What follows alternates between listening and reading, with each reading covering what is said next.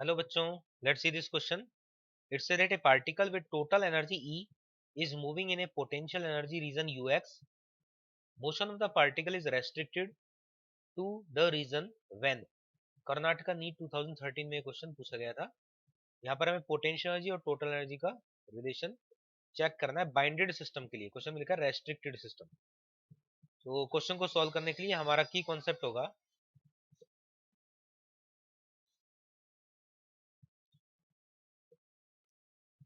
कि total energy होता है equal to sum of potential energy plus kinetic energy, और काइनेटिक एनर्जी ऑलवेज पॉजिटिव होती है। क्वेश्चन में लिखा है कि particle should be binded restricted. तो रेस्ट्रिक्टेड का मतलब ये हुआ कि यहाँ पर पार्टिकल अट्रैक्टेड होना चाहिए।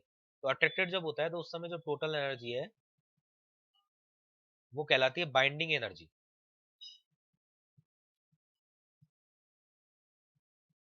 और इस समय जो फोर्सेज होते हैं वो अट्रैक्शन के वर्क करते हैं।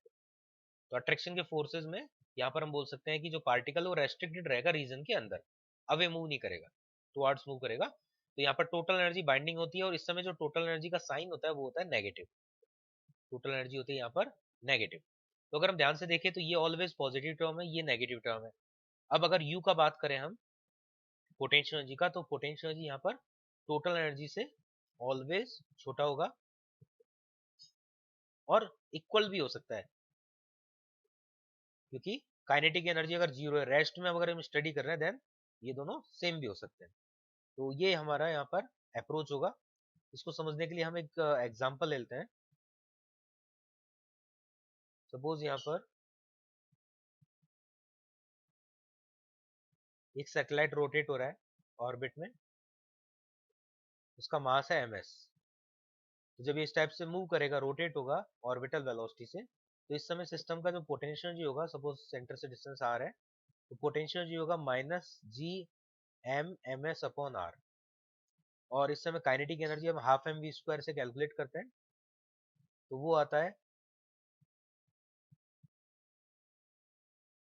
g(m)/r।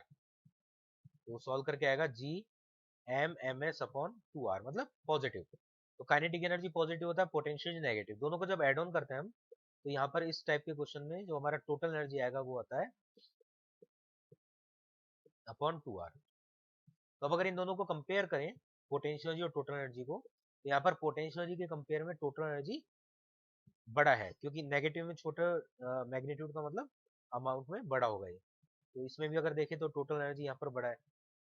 लेकिन अगर रेस्ट में हम स्टडी करेंगे तो उस कंडीशन में दोनों एनर्जी इक्वल हो जाएंगी। किसी अगर रेस्ट बॉडी का हम स्टडी करेंगे, तो यहाँ पर ये जो ऑप्शन है सी ऑप्शन, ये करेक्ट हो जाएगा। Hope you understand it well. Best of luck.